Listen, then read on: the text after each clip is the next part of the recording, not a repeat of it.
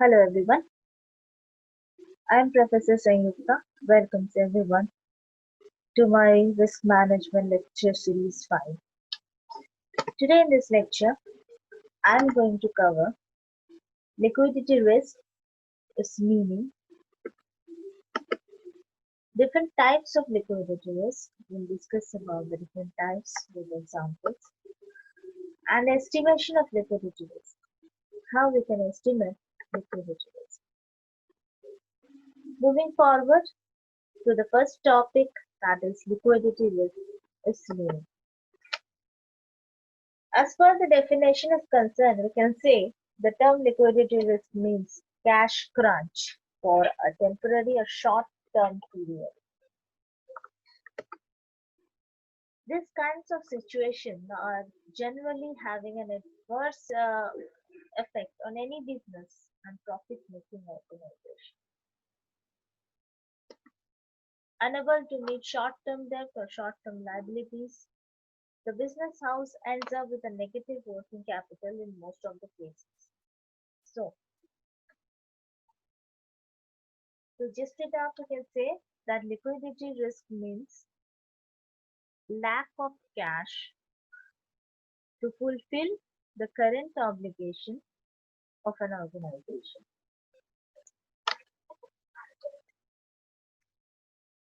Now, examples of liquidity risk.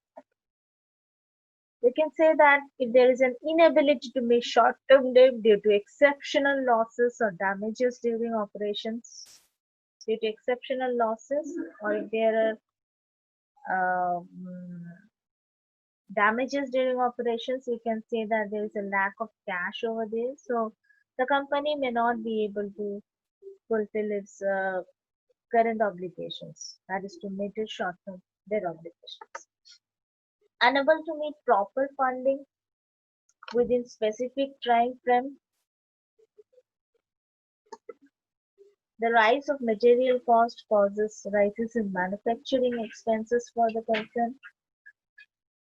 So what will happen is that, for example, if we are saying that of liquidity risk and rise in commodity prices is not welcome for the business which is manufacturing auto auxiliaries. Now, in this case, what is happening is material cost is increasing, but its sale is constant. So this profit is constant. So what will happen is manufacturing expenses will go up. This will lead to decrease in its profit, decrease in its cash, and this will lead to a lack in I can say the working capital.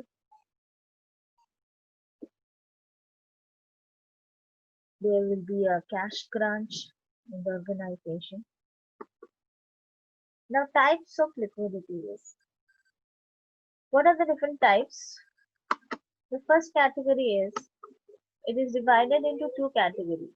The first category is funding liquidity risk. That is cash flow risk. Funding liquidity risk is also termed as cash flow risk. Second category is market liquidity risk. That is asset or product risk. Now coming to the detailed part of it, funding or cash flow liquidity risk. What is funding or cash flow liquidity risk? The cash flow risk, it is defined as the risk when a company is unable to meet its current obligations. This is termed as funding or cash flow liquidity risk. That means there is lack of cash to meet up its current obligations. This becomes a chief concern of a corporate treasurer who asks, can we pay our bills, can we fund our liabilities, etc. Now, a classic indicator of funding liquidity risk is the current ratio. Current ratio is always given by current assets divided by current liabilities, or the quick ratio. Quick ratio It is given by quick assets divided by the current liabilities. Now, what is quick assets and current assets? Quick asset is those assets, you can say that quick asset are those assets which will get converted to cash very quickly. So it will consist of all the components of current assets minus the stock portion or inventory portion, because it takes some time to convert inventory into cash. That's why. So all the current assets minus inventories divided by current liabilities will give the quick ratio. Now we move on to the next category, that is market or asset liquidity risk. This is simply asset illiquidity. What do you mean by the term asset illiquidity? If there is, if this is an inability to easily exit a position, that means we may own real estate, but when the bad market condition it can only be sold immediately. Sorry, imminently at a fire sale rate. That means if you are going to quickly sell it, then you are not getting a proper price for the same. The asset surely has value, but as buyers are temporarily evaporated, so the value cannot be realized. This is market or asset liquidity risk. That means we are having an asset and we are not able to dispose it or convert it into cash quickly at its proper value because there are lack of buyers in the market. Now moving on to our next topic is estimation of liquidity risk.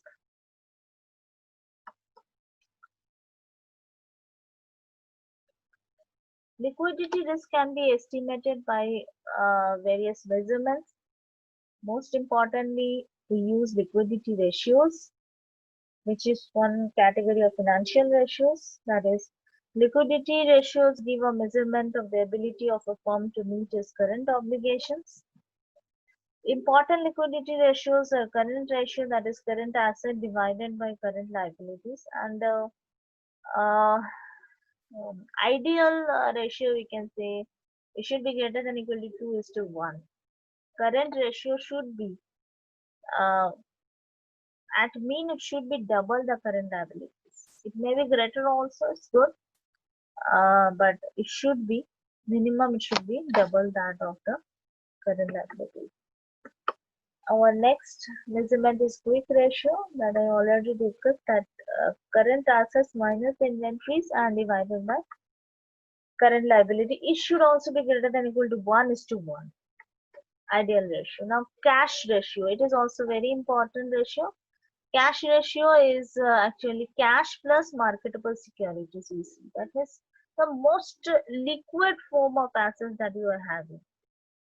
Cash marketable securities are those that you can quickly convert into cash marketable securities. So there is it is very easily convertible to cash. So that component and cash in hand or cash in bank, adding them up divided by the current liabilities will give the cash ratio. Net working capital ratio. This is net working capital divided by the net assets. Now net working capital is given by current assets minus current liabilities divided by net assets is fixed asset plus net current asset. So this is if we are discussing about net current asset, what is it? Net current asset is again current asset minus current liabilities. So that's it. Next measure is a very simple test for liquidity risk. If we are saying, then it is to look at future net cash flows on a day-to-day basis. If a company is having a cash flow, then if we look at the day-to-day basis future net cash flows, that is predicted one, we can also say that what is the liquidity risk that is assumed. Any day that has a sizable negative net cash flow, you can say that it is of concern. If any day we find out that there is a sizable means it is big enough to give concern, to show concern. So we can say that there may be a liquidity risk in the future. Another next measure is liquidity gap. What is it? Is equal to net liquid assets of a firm.